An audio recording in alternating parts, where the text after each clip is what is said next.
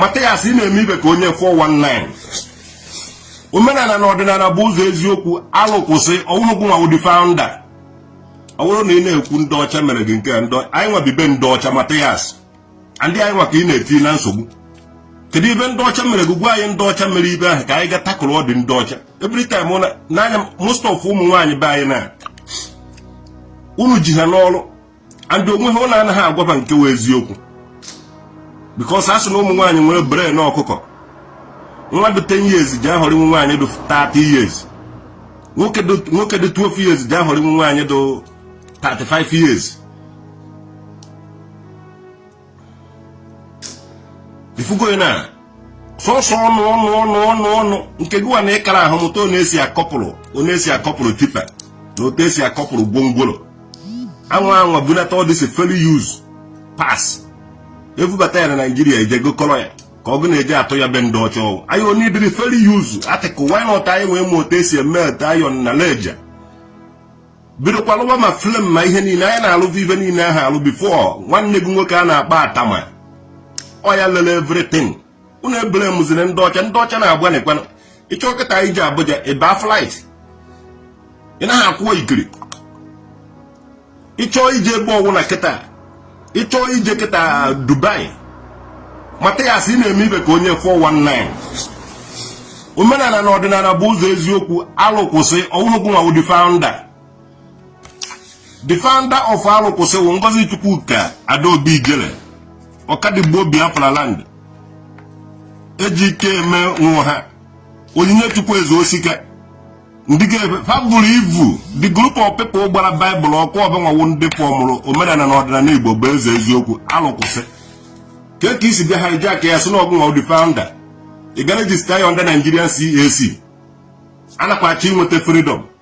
unu ga na-erejista ndị Nigeria tọnụ against ụmụnne ụnụ mathias ọwụ na izuzukwuo na ndị ọcha mere na-eweta evidence ị na-eme ibe ka onye yahoo ị na-anaghachi back to ndị ichie ị na-elechasị ya na ndị ichie na-abaptize ya na-akpọ ya mgbakwo ọka estate agwakwara gị unu echeji na ancient landmark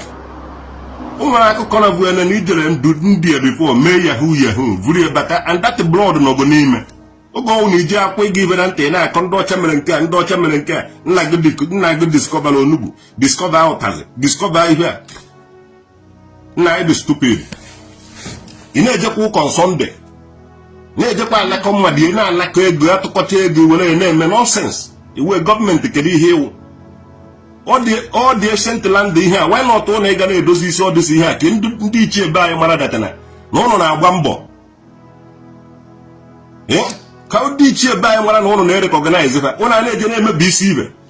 ibi na ị narị ekwu ndị ọcha mere nke ị na-eme ndị ichie be anyị na-awụ nshị ka ị na-anyụkwa n'ihe ị na-agwaba na be anaghị eme exist ọzọ Igbo ndụ na ego ndị mmadụ tụkọtara ndị na Amerịka tụọ ego ka ị were zọpụta ndị nọ n'ụlọ wụrụgo na-azọ ọzọ Igbo ndụ wụ na ego gị ọ bụrụ na ego gị ka iji azọ Igbo ndụ ị mara na ịwụ ọzọ Igbo ndụ were otuto nye ndị na-adịnye gị ego ahụ ndị na-eweta ego ahụ iji ya n'ibe a ọha nwa na-azọ Igbo ndụ ọwụghụgo na-akụgharị ntu na-akụgharị ibe o nwere many people millions of people thousands of people na-eremiti ego na akaụntụ ahụ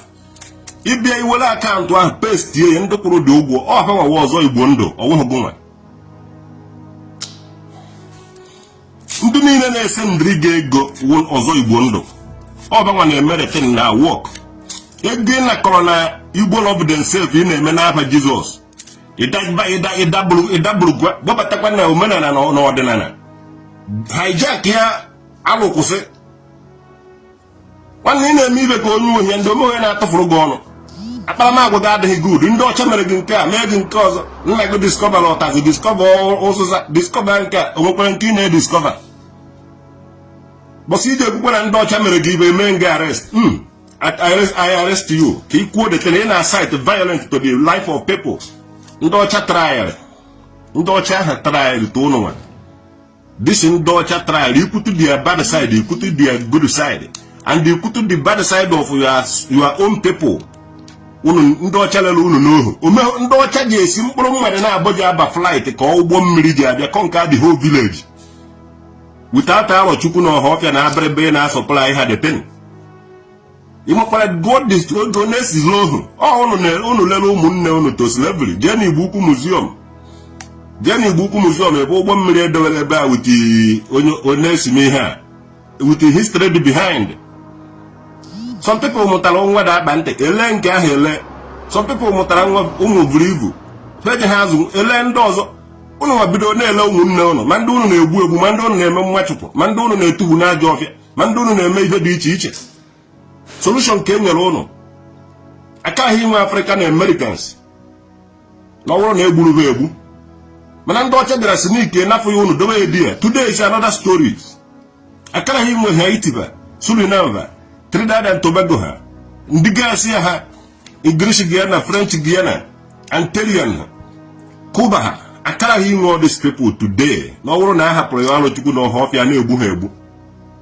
Ohofia udumeze ana eme ikpirikpi ogu war dance ana amapu mmadu isi na-egbu ndị mmadu anyhow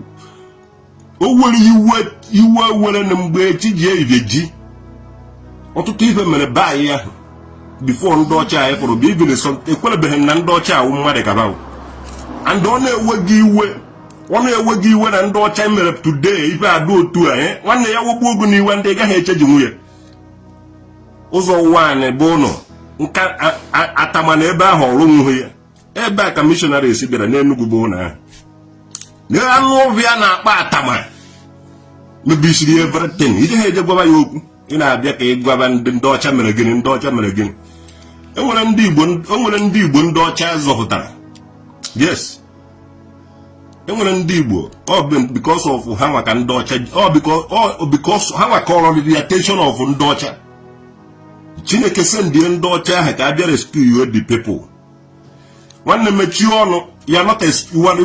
spokesman of ndị Igbo. Ndị Igbo na-enye gị ego nwa boy ndị Igbo na-enye gị ego ka i were mee all those things.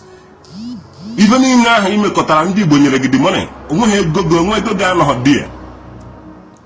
And they kwuzime because ọ be ndị ọcha ahụ ka ha si eweta dị ego. Mmekọrọcha ibu na achọwa onye unu na-eblem nke akịta ị na-eme na omeghị onye iji eblem na emecha ndị ọcha ka iji eblem jee na shọpụ gị na ngwa abịa niile nọdụ ya made be ndị ọcha ije na ya adịghị most of ibe niile ị na-eyuzu na ya adị ndị ọcha lụrụ ya haters of himself ebe na-akpụ ndị ọcha n'ọnụ moto ị na-anya ndị ọcha mere ya megafon ị na-eyuzu ndị ọcha lụrụ onwekweghị nke ụnụ na-alụ